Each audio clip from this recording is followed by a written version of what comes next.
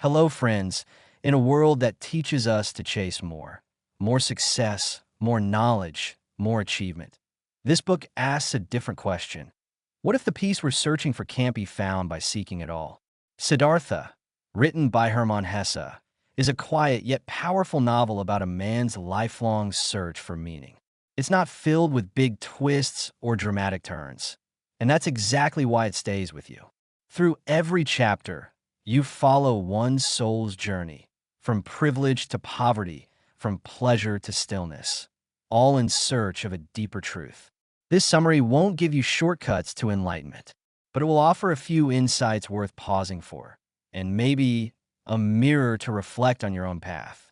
If that sounds like the kind of content you'd like more of, not noise but nourishment, tap the like button. And if you're walking your own journey of growth and reflection, consider subscribing. Now let's begin the journey of Siddhartha, chapter by chapter. Chapter 1. The Brahmin's Son. Siddhartha, born into a Brahmin family, is a young man of extraordinary promise. He is intelligent, disciplined, and deeply spiritual, embodying the qualities his father and teachers have nurtured in him. As the pride of his family and community, Siddhartha is expected to follow in the footsteps of his father, becoming a learned and wise Brahmin. However, despite his external success and the admiration of those around him, Siddhartha feels an inner emptiness. He realizes that all the teachings, rituals, and prayers he's been taught do not bring him closer to the true understanding of life. The spiritual knowledge he receives from others feels secondhand, and he yearns for something more profound and authentic. His growing dissatisfaction leads him to question the traditional path laid out for him, recognizing that the wisdom of his father and other Brahmins has not brought him the peace and fulfillment he seeks. Siddhartha's restlessness intensifies as he contemplates the futility of seeking enlightenment through external means. He perceives that the path to true wisdom cannot be found through rituals or following the teachings of others, but must be discovered through personal experience and inner exploration. This realization drives him to make a bold decision, to leave his father's home and abandon the comfortable life he knows. Siddhartha believes that by renouncing worldly attachments and embracing a life of asceticism, he may find the answers he seeks. His close friend, Govinda, who admires Siddhartha's wisdom and shares his spiritual aspirations, decides to accompany him on this journey. Together, they set out to join the Samamas, a group of wandering ascetics who practice severe self-denial in the pursuit of spiritual liberation. Top quotes. He had begun to suspect that his worthy father and his other teachers, that the wise Brahmins had already passed on to him the bulk and best of their wisdom, that they had already filled his expecting vessel with their wisdom, and the vessel was not full. His intellect was not satisfied. His soul was not at peace. His heart was not still. He had to discover himself, the meaning of his self, the meaning of his destiny. Chapter 2. With the Samamas.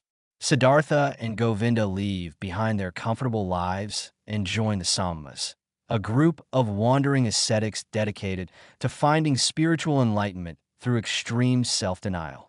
The Samamas believe that by renouncing all physical pleasures and desires, one can transcend the self and achieve liberation from the cycle of rebirth. Siddhartha quickly adopts their practices, fasting for days, meditating for hours, and enduring harsh physical hardships.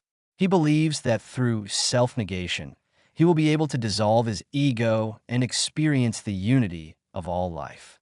For 3 years, Siddhartha pushes his body and mind to their limits, striving to free himself from the confines of the material world. However, despite his dedication, Siddhartha remains unsatisfied. He becomes increasingly aware that, like the teachings of the Brahmins, the path of the Samamas is not leading him to the enlightenment he seeks. He realizes that by trying to escape the self through extreme asceticism, he is still trapped in the cycle of suffering and desire. The Samamas path, he concludes, is another way of running from the true nature of existence rather than embracing and understanding it. Siddhartha begins to sense that true enlightenment might not come from denying life, but from fully engaging with it. His doubts culminate when he hears of Gautama, the Buddha, who is said to have attained perfect enlightenment. Eager to explore this new path, Siddhartha convinces Govinda that they should leave the Samamas and seek out the Buddha. Top quotes. Siddhartha had one single goal: to become empty of thirst, desire, dreams, pleasure, and sorrow, to let the self die. He saw that the way of the Samamas was only a way of avoiding the self, a way of escaping temporarily from the torment of the self. Siddhartha had learned to follow many paths away from the self. He had followed the path of self-denial, followed the path of self-sacrifice, followed the path of meditation, and it had all been in vain. Chapter 3. Gautama. Siddhartha and Govinda leave the Samamas and journey to find Gautama, the Buddha, whose teachings have captivated the hearts of many. Upon arriving at the Buddha's camp, Siddhartha and Govinda are immediately struck by the peaceful aura and profound presence of Gautama. Govinda is deeply moved by the Buddha's teachings, which speak of the Four Noble Truths and the Eightfold Path as the way to overcome suffering and achieve nirvana. Siddhartha, however, although impressed by the serenity and wisdom that emanates from Gautama, remains skeptical. He recognizes the Buddha as an enlightened being, but is concerned that following another's teachings might once again lead him away from his own truth. Siddhartha meets with Gautama and respectfully challenges the notion that enlightenment can be taught. He admires the clarity and depth of the Buddha's teachings, but asserts that true wisdom cannot be conveyed through doctrines. It must be experienced individually. The Buddha acknowledges Siddhartha's insight and praises his wisdom, yet he advises Siddhartha to beware of too much cleverness and to be open to the truth. Siddhartha, grateful for this encounter, decides not to join the Buddha's followers, recognizing that while Gautama has attained enlightenment, Siddhartha must find his own unique path.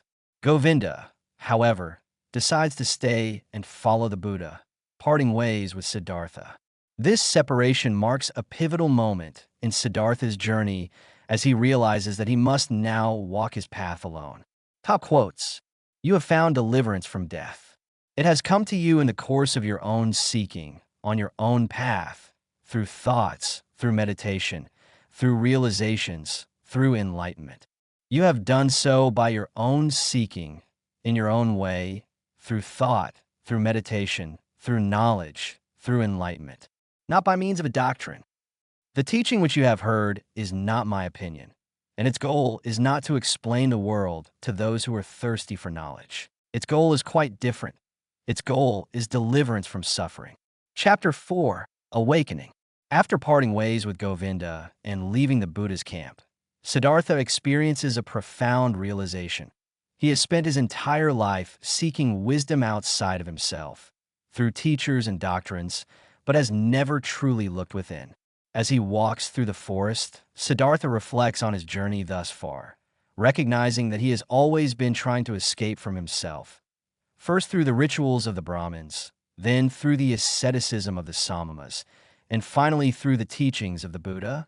In this moment of clarity, Siddhartha understands that true enlightenment will not come from renouncing the world or following someone else's path, but from embracing life in all its forms and learning from his own experiences.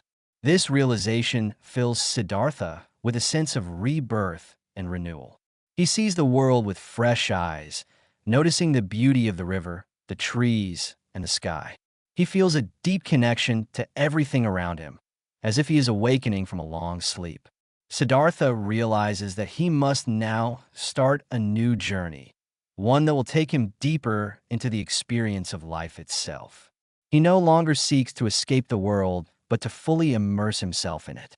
This chapter marks a significant turning point in Siddhartha's journey, as he embraces the idea that enlightenment is not a distant goal to be achieved, but a process of awakening to the present moment. Top quotes. I will learn for myself, be my own pupil. I will learn for myself the secret of Siddhartha. I had to experience despair.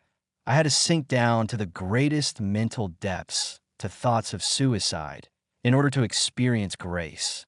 Nothing is mine. I know nothing. I possess nothing. I have learned nothing. Chapter 5. Kamala. Siddhartha enters a town where he meets Kamala, a beautiful and intelligent courtesan who embodies the pleasures and temptations of the world. Kamala introduces Siddhartha to the ways of love, and for the first time, he experiences the joys of the senses. To be worthy of Kamala's affection, Siddhartha decides to abandon his ascetic lifestyle and become successful in the material world. He becomes a merchant under the guidance of Kamaswami, a wealthy trader. Siddhartha proves to be a quick learner and soon gains wealth and status. However, even as he indulges in the pleasures of the flesh and the accumulation of riches, he remains detached, viewing his experiences as part of his quest for enlightenment.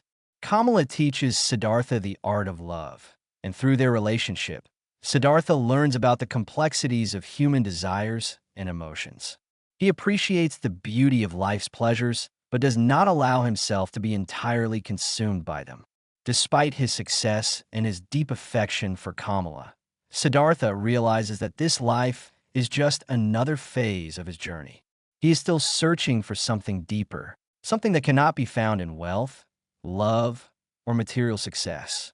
Siddhartha begins to feel a growing sense of dissatisfaction, recognizing that the life of a wealthy merchant is as unfulfilling as the asceticism he once practiced. Top quotes. One cannot have pleasure without giving it. He had been captured by the world, by lust, by greed, by sloth, and finally also by that vice that he had always despised and scorned the most as the most foolish of all vices, by greed. He saw that he was no longer a youth, but a man. Chapter 6. Amongst the People. Siddhartha's life as a merchant brings him deeper into the material world. He becomes wealthy, enjoys the luxuries of life, and learns to navigate the complexities of human relationships. Despite his growing success, Siddhartha remains somewhat detached, always aware that he is playing a role in a world that is ultimately illusory. He masters the art of trade and accumulates vast wealth, yet this prosperity brings him no closer to the inner peace he seeks. Over time, the detachment that once protected him from being consumed by the world begins to wane. The more Siddhartha indulges in worldly pleasures, the more he begins to feel the weight of his desires and the emptiness that follows. Siddhartha's relationship with Kamala grows, and he becomes increasingly entangled in the life of the senses. He experiences both the highs and lows of human emotions, joy, desire, anger, and jealousy. Despite his material success, a sense of disillusionment sets in as he realizes that the life he has built is ultimately meaningless.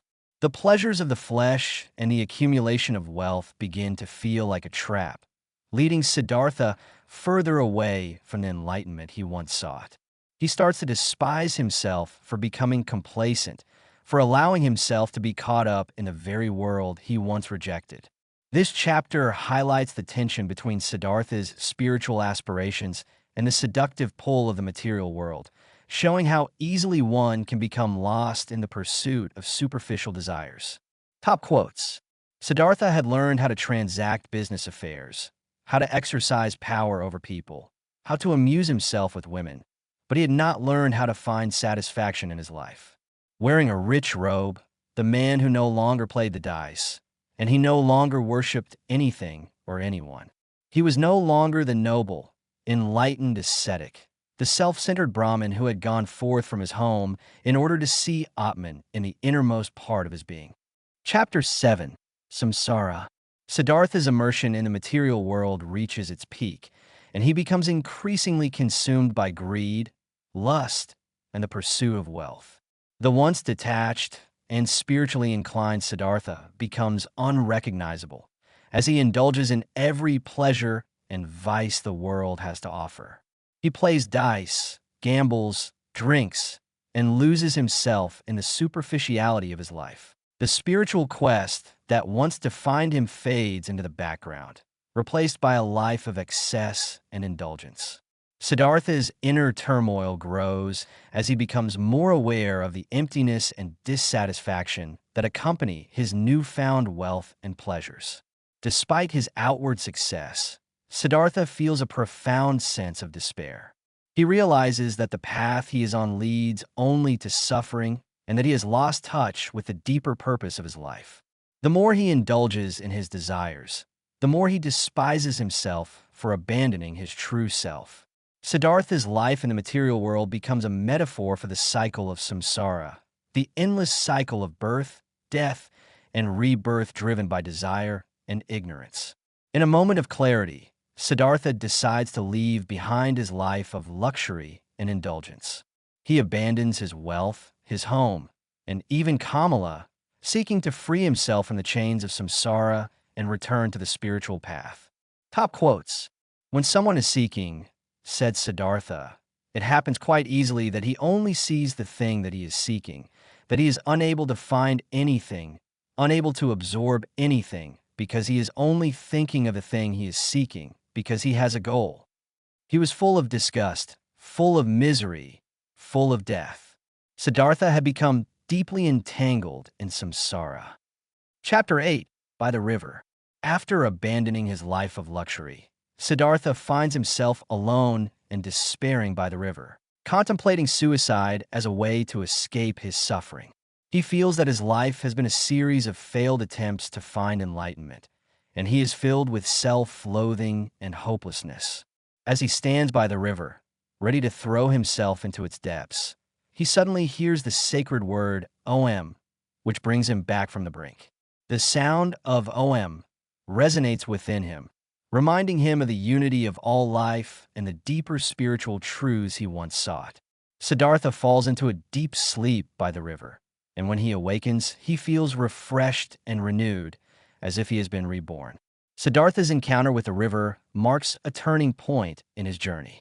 The river, with its constant flow and eternal presence, becomes a symbol of life's continuity and the interconnectedness of all things.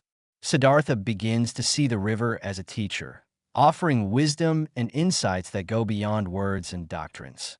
He realizes that just as the river flows and changes, yet remains the same, so too does life. The river's teachings help Siddhartha understand that the path to enlightenment is not about escaping the world, but about embracing and understanding the flow of life.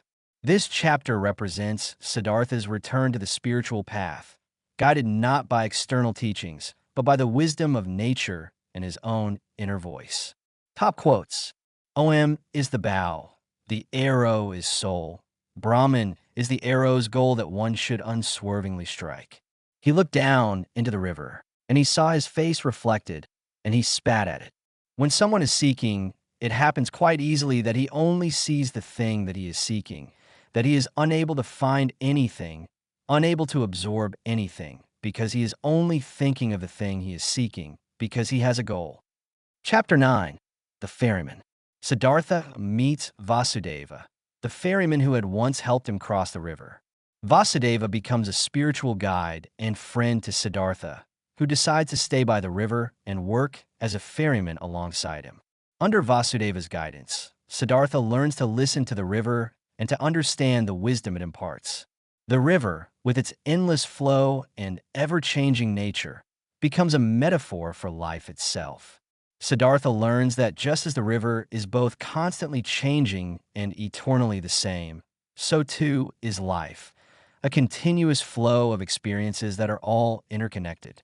As Siddhartha spends more time with Vasudeva, he begins to find the peace and contentment that have eluded him for so long.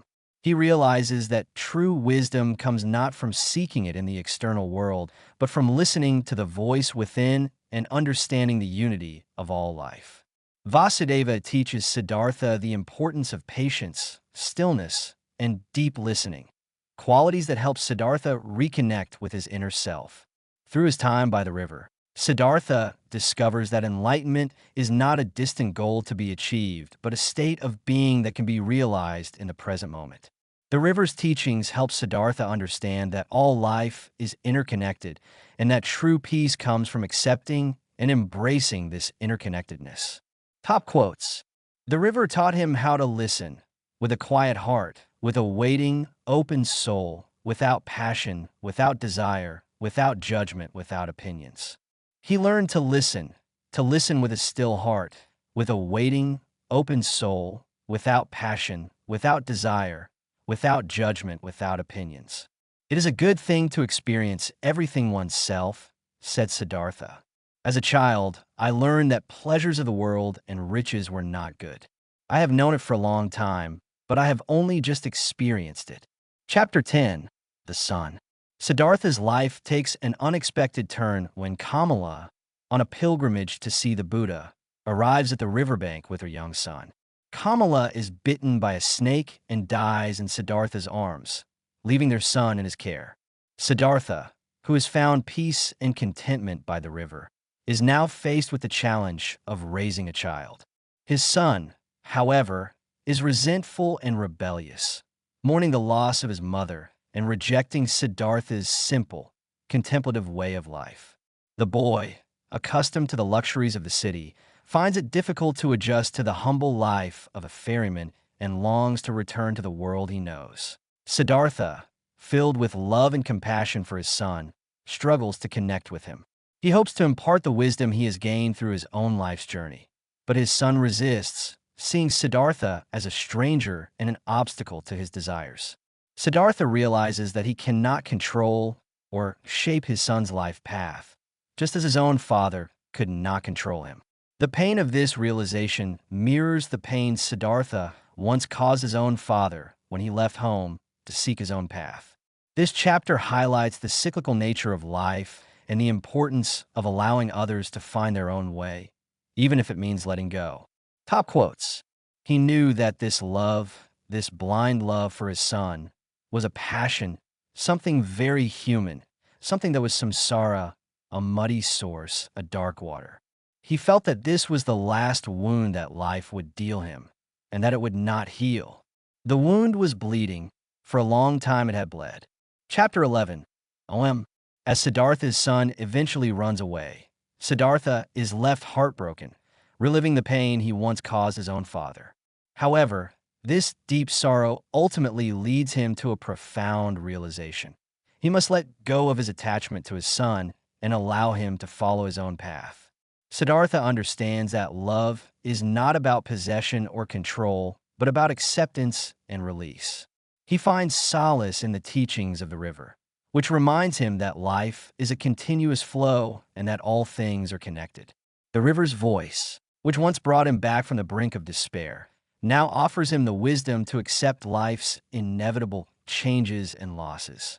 Vasudeva, recognizing that Siddhartha has finally attained the peace and understanding he has long sought, decides that his time as a ferryman is over. He leaves Siddhartha to continue the work of guiding others across the river, confident that Siddhartha has found the enlightenment that eluded him for so long. Siddhartha's journey comes full circle as he realizes that the true essence of life is found not in seeking or striving, but in embracing the present moment and recognizing the unity of all existence. The sound of Om, representing the perfect unity of all things, resonates within him, bringing him to a state of complete peace and oneness with the world. Top quotes. The river is everywhere at the same time, at the source and at the mouth, at the waterfall, at the ferry, at the current, in the ocean and in the mountains, everywhere, and the present only exists for it, not the shadow of the past, not the shadow of the future. He now felt that this had been the last shiver of awakening, the last pain of birth. Immediately, he felt he could leave all pain behind him. The world, Govinda, is perfect at every moment. All sin already carries grace within it. All small children are potential old men. All sucklings have death within them. All dying people, eternal life. Chapter 12, Govinda. In the final chapter, Siddhartha's old friend Govinda, still a follower of the Buddha, comes to the river seeking wisdom. Although Govinda has spent his life dedicated to the Buddha's teachings, he has not yet attained the peace and enlightenment he desires. When he encounters Siddhartha again, he is struck by the deep peace and wisdom that emanate from his old friend. Siddhartha, now an enlightened ferryman, shares with Govinda the insights he has gained through his life's journey. He explains that enlightenment cannot be taught or transmitted through words. It must be experienced directly. Siddhartha emphasizes the importance of love, understanding, and acceptance as the keys to true wisdom. Govinda, still searching for a tangible form of enlightenment, is hesitant to accept Siddhartha's teachings. However, when Siddhartha invites Govinda to kiss his forehead, Govinda experiences a profound vision. He sees the interconnectedness of all life, the unity of all beings, and the timeless flow of the river. In that moment, Govinda realizes the truth of Siddhartha's words and attains the peace and understanding he has long sought. The novel concludes with Govinda's recognition of the oneness of all existence and the realization that Siddhartha has achieved the enlightenment they both sought, but through a path that was uniquely his own. Top quotes. Love, Govinda, seems to me the most important thing of all. To perceive the world as it is, to love it, to feel oneself a part of it. The face was transformed. It was completely transfigured. It was smiling, radiating such a serenity, such a unity, such an expression of searching, of quest, of suffering.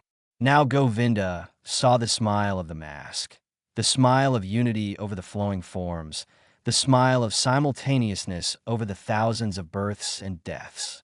Core concepts of Siddhartha.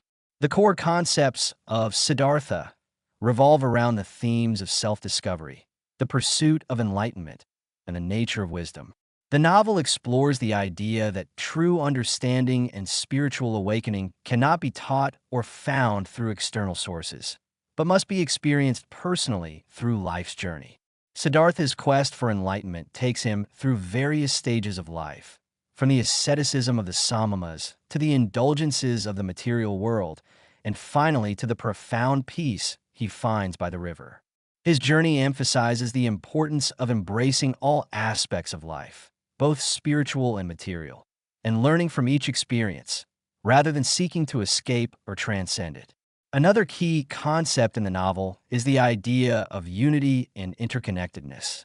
Siddhartha comes to understand that all life is interconnected, much like the river that flows endlessly, yet remains the same. This realization brings him to a state of inner peace, as he recognizes the unity of all existence and the cyclical nature of life. The novel also highlights the importance of love, understanding, and acceptance as essential elements of wisdom. Through his relationship with others, including Kamala, Govinda, and his son, Siddhartha learns that love is not about possession, but about embracing the flow of life and allowing others to follow their own paths. In the end, Siddhartha presents a vision of enlightenment that is deeply personal, emphasizing the need to find one's own way to spiritual fulfillment. Thank you for listening. Please subscribe and hit that like button.